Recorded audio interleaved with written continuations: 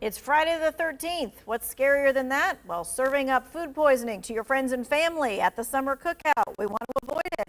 Chef LJ Rush, TCC Culinary and Hospitality Program Director, is with us today to help us avoid getting anyone sick. All right. You say you call it the time and temperature abuse. Yes. Explain what that is. Okay, that's people not keeping food that's cold below 41 degrees or that's hot. It must be 135 or above.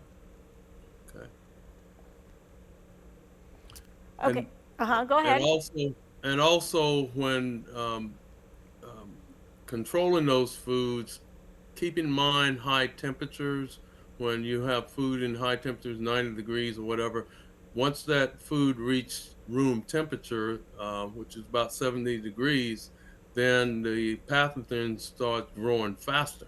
Okay, so if we've got like a picnic out and we've got potato salad, deviled eggs, we got the hamburgers, the hot dogs, it's 90 degrees out, how long can they sit on that picnic table? You at that 4 hour time limit, that's when the pathogens start growing rapidly. Up to 6 hours, you're in the danger zone. Okay, and so sometimes, we really do. We've been out there all day. We've been out there. People are grazing throughout the day, that kind of thing. If we have something like that, we really need to put it on ice and make sure You that we're keeping it colder than what we think maybe is necessary. Exactly. I mean, with all the technology now, there are coolers with that run with electricity with a little fan in it. You could keep one of those out there, or just keep it cooler with ice in it. All right, let's talk about the cooking part of the cookout. People make some of the biggest mistakes when they're cooking, especially like hamburgers and they're grilling those kinds of things, or they're grilling steaks and chicken. What is some of the biggest mistakes?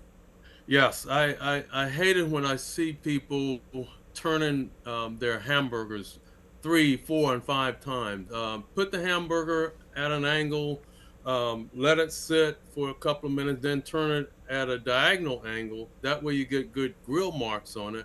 And once you flip it, I mean, the juices and everything stays in it. Do it the same until you get the right temperature.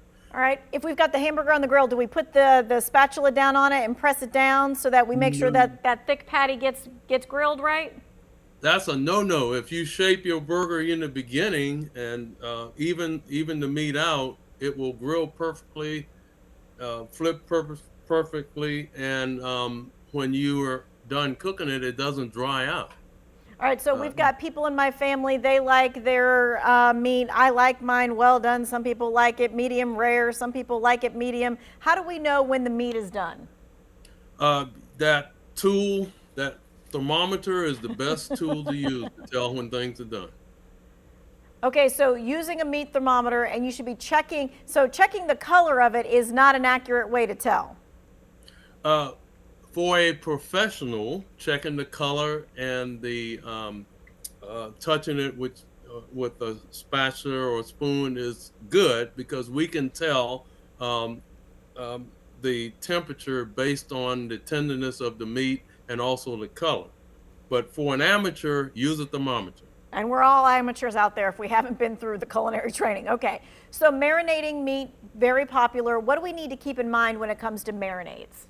Um, People who marinate, especially professionals, we marinate, and then when we take the meat out of the marinade, throw that marinade away. You don't want that to cause cross contamination with cooked meats. Always use clean plates when you're taking the food off of the grill, so that you don't get raw and cooked product mixed together. So don't be bringing out the hamburgers on one plate and putting them back on that same plate unless you wash it with soap Exactly. and water. Exactly. Gotcha. Okay. You started the food truck program at GTCC. Okay. Yes. So food truck events, they're popular. We're having one in Greensboro, in fact, this weekend. What are some things that people should know about the inspections of food trucks? If people don't realize that food trucks get inspected just like restaurants. When you walk up to a food truck, you want to look for the inspection sticker and make sure that grade is an A. And also, when the inspectors come in, they're looking for the right equipment on the truck. They're looking to see if you can cross contamination. So it's the same process. As in a standalone restaurant, they're getting the same kind of health inspection as a standalone restaurant. Exactly, exactly. Okay, and they should have that letter grade right up there in the window so that we can see what Right it is. on the window. Yes, right in the window when you see it. All right, real quick, we got 30 seconds. We're going to go to fairs and things and whatever else. What should we do as a consumer to keep ourselves safe when we're eating at these food trucks and things?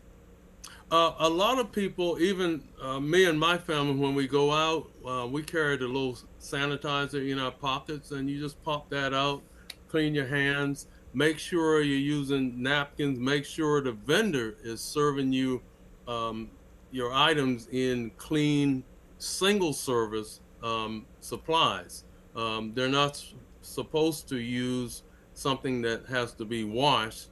It's being thrown away as soon as you get through. All right. Well, hopefully we can keep all ourselves safe this summer and especially this weekend with Father's Day cookouts. Thank you so much for your time and expertise. If you missed any of this, this is going to be posted in the Who Wants to Know section of our website.